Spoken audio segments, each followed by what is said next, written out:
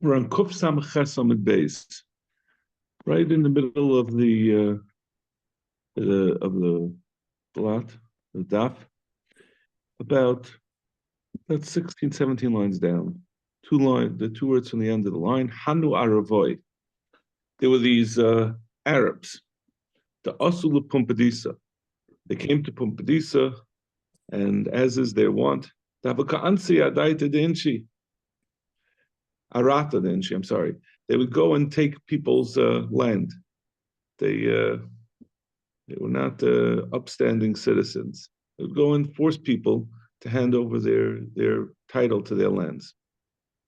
Right? To go to a guy and say, you have a choice. You could give me the deed to your land, or you could go down the bottom of this well. The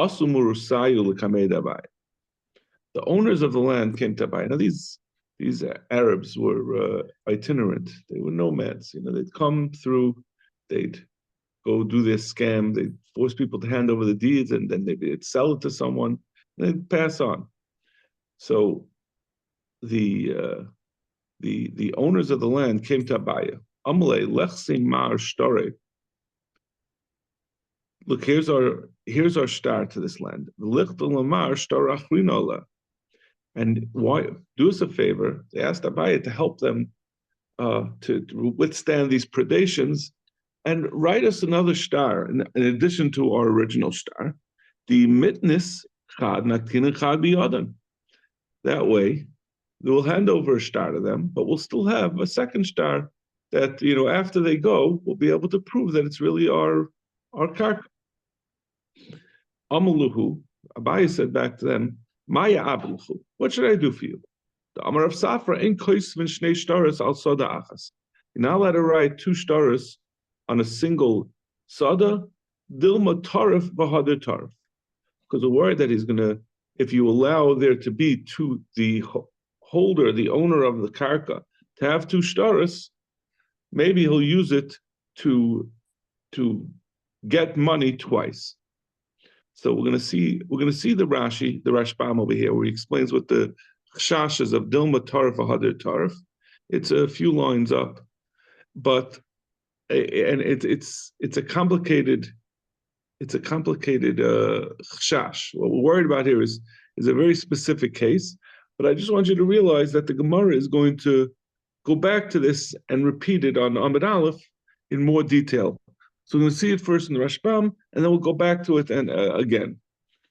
So Gemara Dilma Tarfa Had Tarf, Zehalekech, this purchaser. So let me tell you what the case is over here. This Lekech, Ruvain borrowed money from Moshe, yeah, and then he sold his karka to Shimon. Then he sold another piece of karka to Levi. And he sold a third piece of karka to Yehuda. Right? So his first, Reuven made a loan. Then he sold three pieces of karka. And the first piece of karka was sold to Shimon. And Shimon is the person that we're discussing here. So Zehalekech, the first purchaser, Shekon Soda B'Achrayis. He purchased his Soda with Achrayis from Reuven, meaning that if a Baal Chayiv comes and takes it away from him, he can go back to Reuven and be made whole. Zimnin Tarf Lemine. Sometimes Reuven will have a Baal Chayiv, like we said in this case, Moshe is Reuven's Baal Chayiv de Meicha, Ba'asi Ihu. So he's going to go, after it's taken away from him by Moshe, the Tarf Melekuchas. He's going to go, he's not even going to bother. I'm not sure exactly how it works like this, but we'll see in the Gemara why we think he's going to go straight to Lekuchas. He's going to go back to Levi and Yehuda. Shimon's not going to have any money to pay with that, as always. He's the Baal Chayiv. The Baal Chayiv first went to Shimon and he couldn't get from him. So the Baal Chayiv then went to Shimon and took it away from him. First you went to Reuven. First went to Reuven. Right, I'm sorry. Went to Reuven first. So now when he takes it from Shimon, Shimon's not going to have any better luck with Reuven getting his money back. So now Shimon goes to Levi to get his karka, because he has achrayis, and it becomes his purchase now becomes a chayiv, and his chayiv he has achrayis, so he can go to Levi. Now,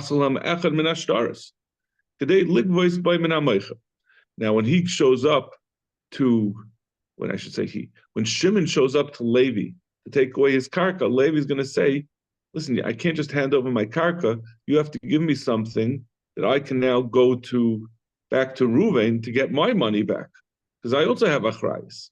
So he gives him the shtar mechira from Ruvain to Shimon. But we're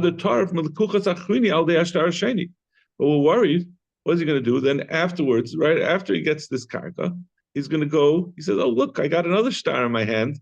I might as well double dip, and I'll go to Yehuda and do the same thing.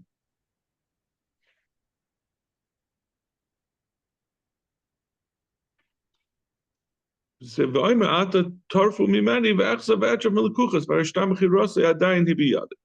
that's the problem. He's going to go and take twice using the two star mechiris. He's going to go and take, when he's allowed because of his achrayis to take from Bali Chayvis, he'll do that twice.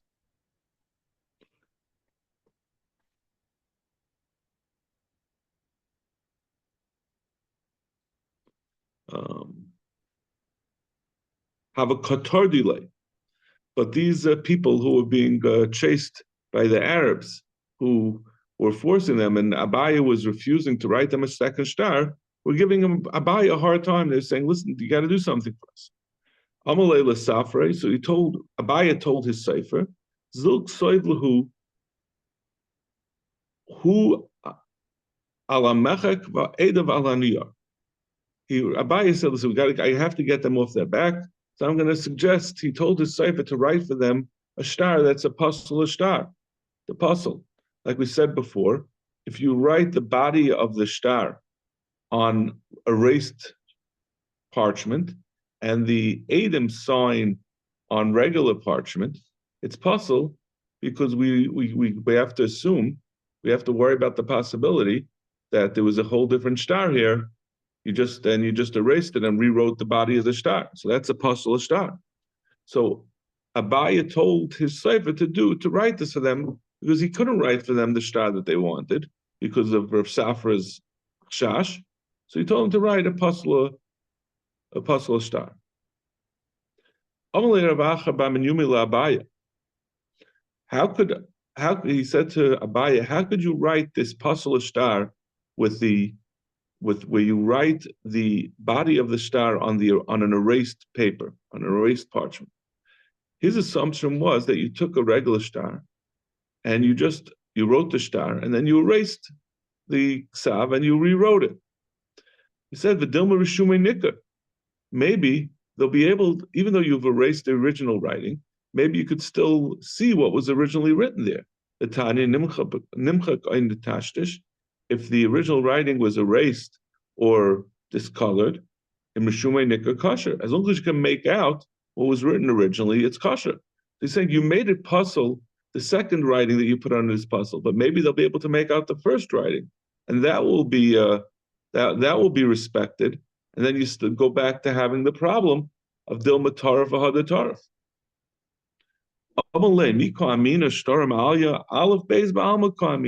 Says, what do you think? You think I'm stupid? I didn't write a full-fledged star underneath. I just wrote the Aleph Beis on it, and then erased it, and then wrote a star on top of it.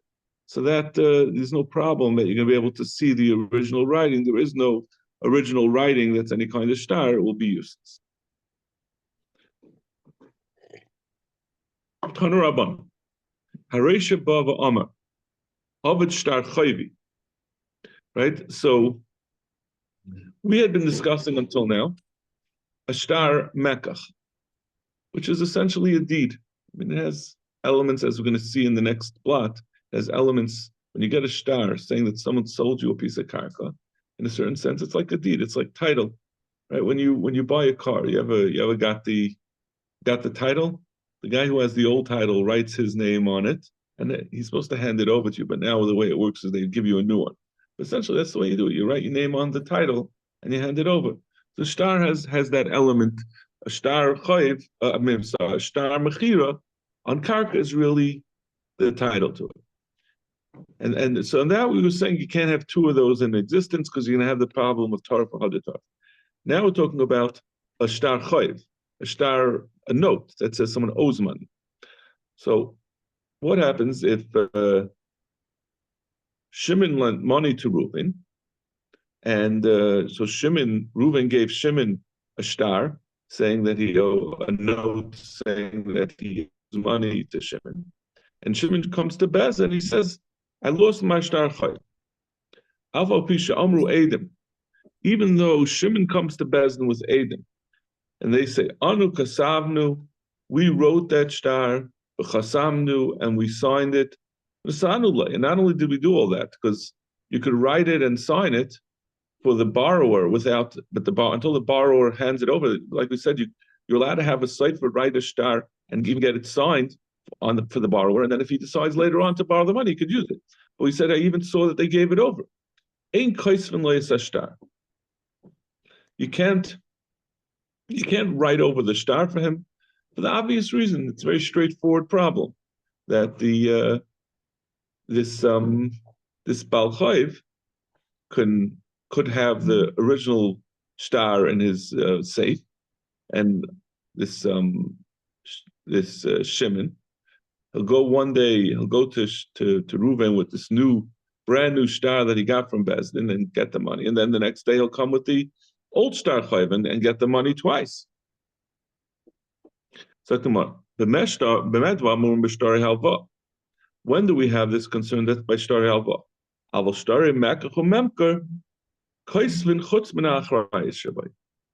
mekachu memker, well, we don't have this concern that you're going to take the same piece of karka twice. You can't take a piece. There's only one piece of karka there. So if you are actually entitled to get it, you only can get it one time. So what we said before, they have the problem of what about tarif or hadir tarif? So he says there's a way to avoid that. Like we said, the whole problem is that, let's go back to our case, right? Where Ruvain had first, okay, we're sort of starting from the beginning for you because we're going to go back to it again. We're saying that you cannot write a second star mechira for a purchaser of land. We said different reasons. Either he says he lost it, or we said before he was worried that someone was going to steal it from him. But you can't write a second star chayiv, like we said before. Dilma tarif v'hadir tarif. And the Rishbam had explained, and the Gemara on the next time is going to explain. The issue is like this: we're talking about, again, Ruvain lent money to Moshe. Then he sold one piece of karka to Shimon. He sold a second piece of karka to Levi and a third piece of karka to Yehuda. Sold consecutive different pieces of karka. We're worried, what's the problem if you give Shimon a second document? He has the karka anyway. He's entitled to the karka.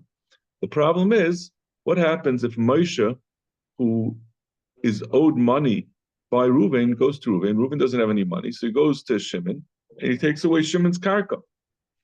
And then Shimon goes to Levi and says, "Listen, I had my karka taken away from me. I have achrayus. Reuven is responsible to make me good on the karka that was taken away from me by his Baal Chayv. So I'm going to take away your karka because I'm like a Baal Chayv with achrayus at this point. I'm like a Baal Chayv with a shibud. Just like Reuven, when he lent money to Levi, to Moshe was able to take away from me because he's a Baal Chayv and he has a prior lien. I have a prior lien to you. I bought my karka before you, Levi, and so your karka is meshuvah to me. Shimon owes me money for the karka that was taken away that I paid for. So now I'm going to take away from you. And the way he proves that he is entitled to the money is he gives the shtar mechira on his karka, which sets a date prior to Levi's mechira, and he takes away Levi's karka. We said if he has two pieces of paper saying that he bought the karka from Reuben, he'll do it twice. He'll go to Yehuda also. and take away Yehuda's karka as well. Now, so the Gemara is saying, but there is a way around this. What you can do is you can write when Reuven originally went to when Reuven wrote to Shimon, so he wrote him a full star. But now when Shimon is trying to get a second star, like we said before, because the Arabs are going to come and he needs a second star for them, or he says he lost it, we'll write him a second star, but we'll say there's no achrayas.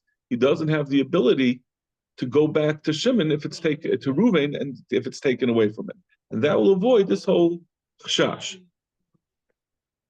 So, I mean, there's an obvious question which the Rishonim ask: why didn't Abaya write this kind of star when they were saying, right? The original problem was that the Arabs were coming around and stealing people's deeds, so he asked for a second deed. So why didn't Abaya write for him this kind of star, which excludes achrayas? Then we don't have the problem of Torah for Hadur Torah. Okay, that's a Zaitika question. But in any case, that's the cheshbon. That although the bottom line is like this, although typically you cannot write a second star on a star mechira on a piece of karka because of the possibility that he'll go and double dip by asking people using his right of achrayas to go get from other lukuchas, by take away the achrayas on the original purchase, then you can give him a second deed. Reb Shimon Gamliel says no, you can't. There's a second reason why we can't allow you to write a second star of sale, even if you take away the achrayas. He has a problem that, besides the problem of Torah for Hadur Torah, there's a second problem. And he returned the star as he wrote the star matana. Someone gave him matana, and he wrote a star that I'm giving you this piece of karka. Reuben gave it to Shimon, and then Shimon goes back and gives that star matana back to Reuben. Then the star goes back. Then the karka goes back to Reuben. So according to Reb Shimon Gamliel, you have a problem if you give two stari matana. He could. He'll be holding on to the second star matana, even though he's returned the first and undone the original mechira. According to the Chacham say there's no such thing. Like we said, we have to remember again, a star matana or a star on karka has two facets to it. On the one hand, it's in some ways it's like a deed, right? It attests to who owns the karka, but it's also a raya, or it's used to make the transfer. Right? It's a raya, and it's also used to make the transfer. Or I should say, the other part is that it's used as a raya of what happened. The Reb Shimon Gamliel argued whether it's enough to undo the transaction. If the piece of paper that Reuben gave to Shimon saying, "I'm giving you my karka," if Shimon returns that piece of paper to Reuven, the deed is separate. You have to write a new star where Shimon says, "Oh no, you have to make a new matana," where he says, "I'm giving you my piece of karka. You, Reuven, you gave it to me. Now I, Shimon, I'm giving it to you." So, according to Shimon Gamliel, he says that all you have to do is hand back the original star, so you can have two pieces of paper, one in Reuven's hands that says it's his, and Shimon has a second piece that says that Reuven gave it to me. And we don't want to have that Shimon now can go to Bezdin, even though he's given back the original karka. You have a piece of paper now that attests to things are not as they said.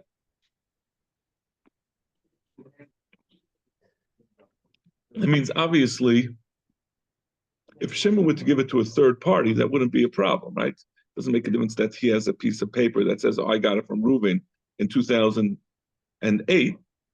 If there's another piece of paper that says that he gave it to Levi in 2024, the original matana is not. It doesn't hurt us that he has that piece of paper.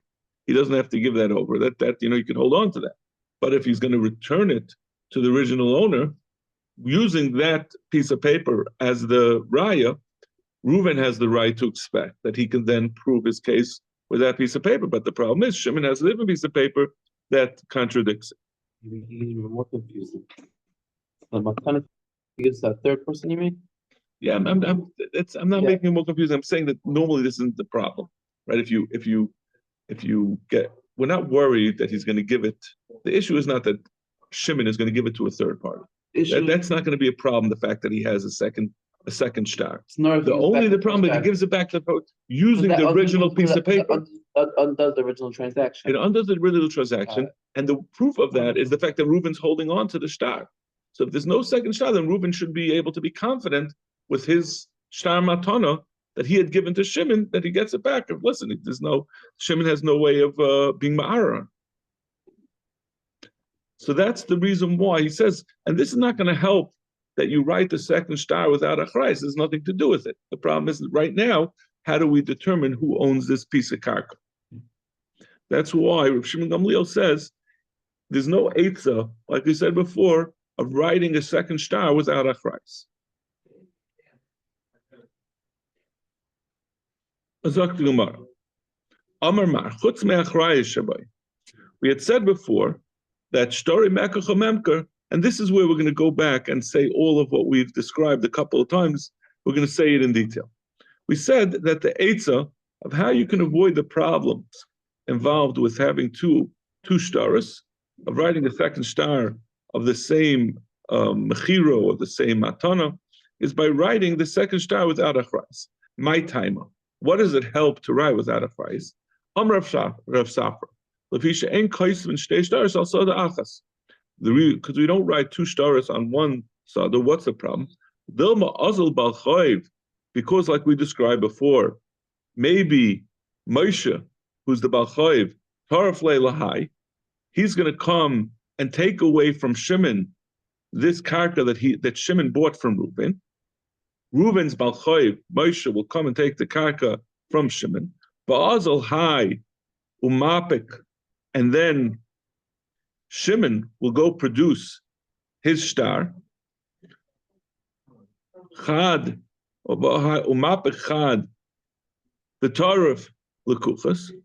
He'll take out one of his staris and he'll go get from Levi, who's a Lekeach, who purchased from Reuven. And Shimon will say, look, I have a star that's dated prior to your sale, and it was taken away from me by this Balchayv. So now I have a right. Shimon owes me money. So now I'm essentially a prior Balchayv to you, and I have a prior lien, and I'm going to take away your karka from you, Levi. Then, this is the tricky part. Shimon will say to Moshe, Shoifli, the Akamba. Let's make a deal. If I'm the Gemara is going to explain why he has to do this, but he goes to Moshe and he says, listen, let me use this karka for another 4 years, even though Moshe is the Balchayv who was Tairif because he had the original Chayiv from Shimon, and he took away from Shimon. He says, Shimon says to him, let's conspire together. We'll split the profits. Let me go back onto this karka. And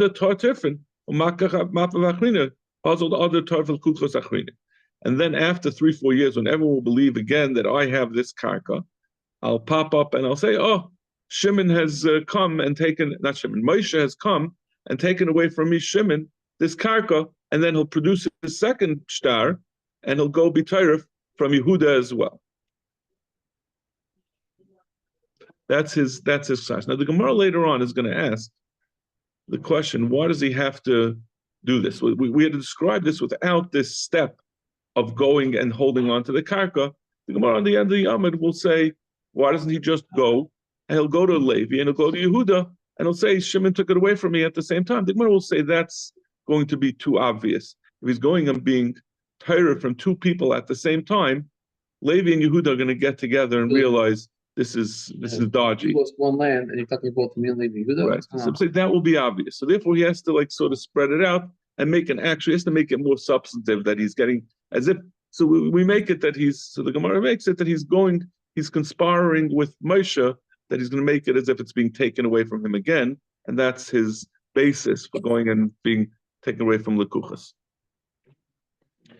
Practic Gemara, you have a problem. How does this work? We're saying that he's going to get his karka taken away from, it's going to be taken away from, Shimon is having his karka taken away by Moshe, and then he's going to go ahead and do it again 3-4 years later, have Moshe come and be goyver the land from him and use that as the basis to take away from another lekuch.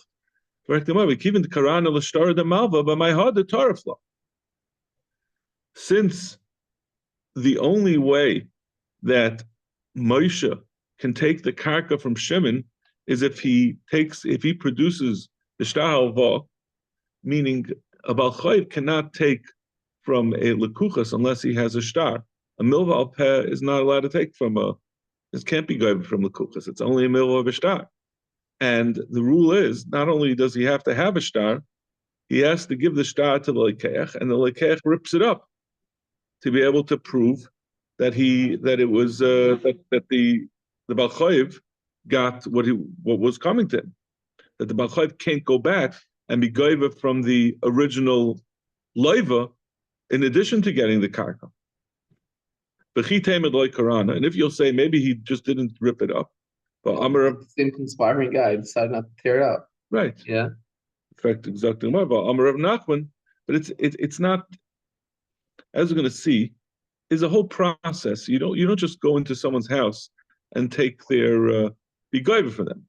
Amar of Nachman, kol tirfa, and this will help you also understand why he had to do this whole conspiracy of waiting 3 years. Amar of Nachman, kol tirfa dolei kasav be karana l'shtara de ma'ava lav tirfu. In order to be goyver from a lekuchas, you have to get a tirfa, which is a actual document signed by Bezdin, which is basically a foreclosure document saying that we foreclosed that he tried to get from Shimon and he couldn't get it.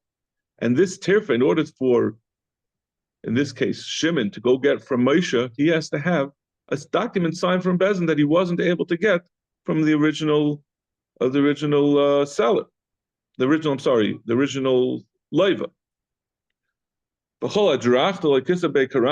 And then the second step, after you have a tirfa that generally allows you to a document saying that you're foreclosing on somebody, he wasn't able to pay from Bnei Chayr, and therefore you can go to his karka, to his Bali Chayvis, I'm sorry, to his lekuchas. Sorry. Then he gets an adrachta, which allows Moshe to go onto the karka to present in the bezdin wherever the lekuchas are, wherever Shimon is, and he presents it there, and he says, "I have an adrachta that allows me to take your karka." That adrachta has to have written on it that we tore up the original foreclosure order, and then the next step is after he goes to that bezdin over there where Shimon is located with the adrachta, they write a new thing. They say the bezdin writes a shuma. They say we evaluated how much Shimon's property is worth, so that when Moshe takes it away from him, how much Moshe got. So they only write that shuma when they rip, and it says on the shuma that they ripped up the adrachta. In every step of the way, the previous chain, the previous document that documented the previous step in the process, it has to be written on the next document that the previous document was ripped up.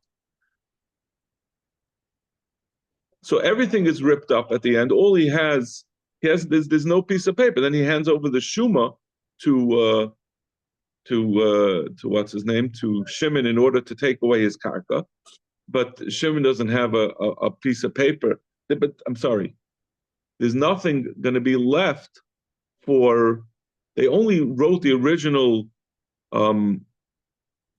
tirfa. That they only wrote the original tirfa if they ripped up the original shtar chayv. So how is Shimon going to go even 4 years later? He has now a chazak on the karka. There's no more shtar chayv for Moshe to come and be goyva from Shimon and get all these different foreclosure documents. So how is this scam working? So tomorrow, we're not talking about when Moshe is coming as strictly as a balchayv, that he's owed money because he borrowed money because Reuven borrowed money from him. Moshe is coming because he has a raya that it was his property before Reuven came on it, and he has a sufficient raya that he was living on it, and Reuven has no proof. Reuven was only there for 2 years, and therefore he's being given the karka from Reuven, and Reuven has no, so he's going, and Reuven can't give it to him. Reuven says, I already sold it to Shimon. So then he goes, he takes it from Shimon. He says, your star that you bought it from Reuven is invalid because I'm entitled to it. So the problem is, we're worried then he's going to do this twice. How does that solve the problem? There's no.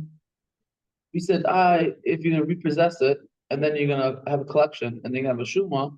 Both of those cases, the best before you guys say, I ripped up the document. So you have to rip up the original star choiv.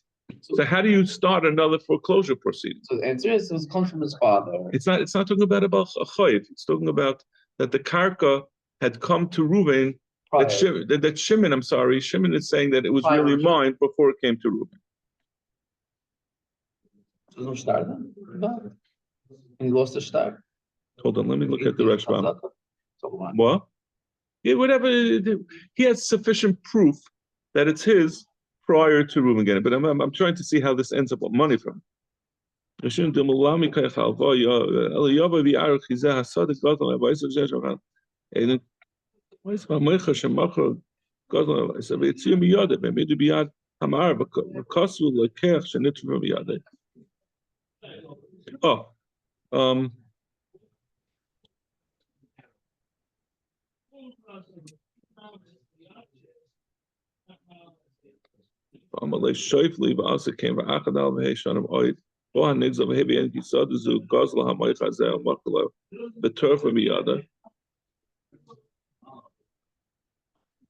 So I'm not sure exactly why it's working like this, but he's saying that he can't get that original karka that was mine.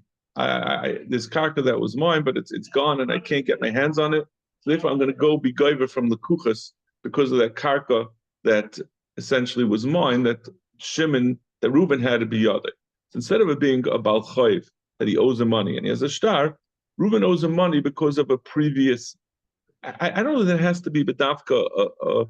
It's a chayv that's coming about because Reuven owes him money out of law, not because of of borrowing money. So therefore, there's no chayv, there's no star that indicates that loan. It's a star. It's a chayv that's coming about because, however the details are, it's not important how they work. But I mean, it is important. But when I don't know if I can sort it out right now. But the point is that Reuven owes money to Shimon because Shimon had a prior.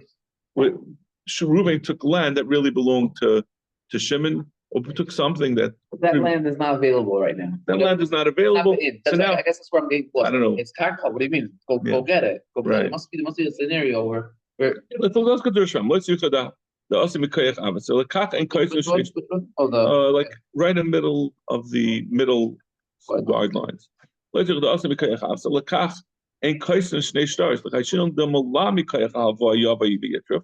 It's not coming because of alva. Aliyav v'arer kizu hasada gazla me'avoisav. That this sada was stolen from my father's zesha machrala, that which was sold to you. The heavy Adim kizu sada avoisav, and it'll bring Adim that this was his father's land. And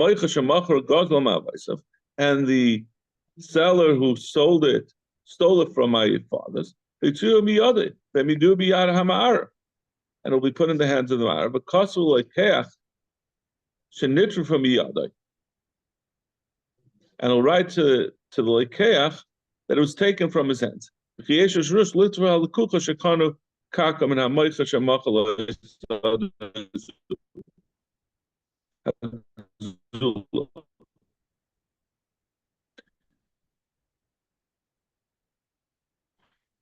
So it's Yeah. different, right? The point is that away from him, the cargo was taken away. Now, Moshe is coming and saying that it's really my land originally, and therefore he's going to Levi and saying, I have to go. Reuben can't pay me back for the fact he doesn't have any money to pay me back for the fact that my cargo was taken away from me. If I'm coming to you, Levi, to make good, I have a shiva. Reuben has a shiva to me. I'm going to go take your cargo. Shimon now was the Levi. Okay, To take your cargo that was later sold to the Moshe repossessed Shimon's land. That's his father's land. Right. Shimon now goes to Levi, nothing to Yehuda. Right. That's the problem. And there's no star to rip up. There was no star. There was no chayv. It wasn't. The cargo wasn't taken from him. It was a chayv. It was taken from him because it really belonged to Moshe supposedly, and then Moshe returns it back after 3-4 years.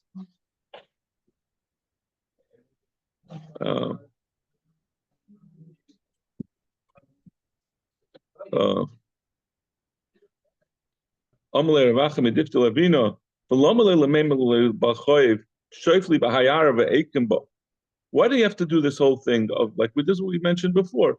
Why did we have to make this complicated case that he said he told Moshe, let's make a conspiracy and let me go back on the land after you take it away from me for 3 years, then and then I'll go be mapik with it. Typically, they give a nugget tarf. Why can't he just go to Levi and Yehuda based on this one time that Moshe took it away from him? So because there's going to be too many dinei Torah going on at the same time, and people will hop on that he has 2 shtaros and he's been goyba twice. Okay, we have to stop over here. We're gonna, I don't know. I'm almost